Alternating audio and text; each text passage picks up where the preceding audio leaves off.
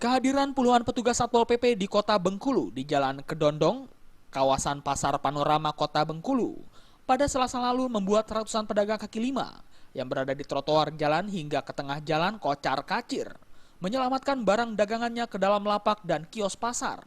Penertiban yang dilakukan petugas gabungan ini juga sempat membuat panik pembeli yang berada di sekitar lokasi penertiban.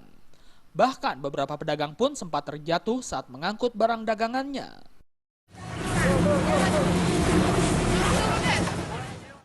Pedagang Pasar Panorama mengaku kecewa dan dirugikan dengan penertiban ini.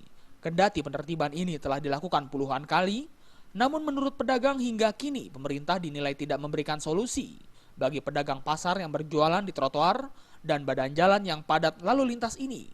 Rakyat jangan saya pengen rakyat ini aduh semuanya, tapi tidak bisa disampaikan ke pemerintah kepinginan itu. Yang maunya pemerintah bagaimana? Namun ada beberapa pedagang yang menganggap penertiban ini memberikan peluang bagi usahanya untuk dapat dikunjungi pembeli.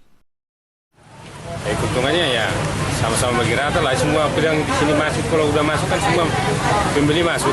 Berarti selama ini kalau adanya dengan pedagang ada di sini nggak ada yang ke dalam, Mbak ya, para pembelinya? Nggak ada, di luar semua.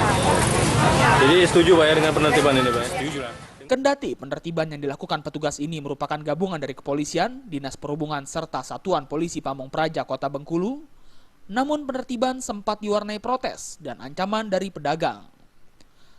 Akhirnya, petugas memilih pergi dan berhasil membawa beberapa payung lapak milik pedagang dan 3 unit mobil jenis pick-up milik pedagang buah. Dari Bengkulu, Tetra Surya melaporkan.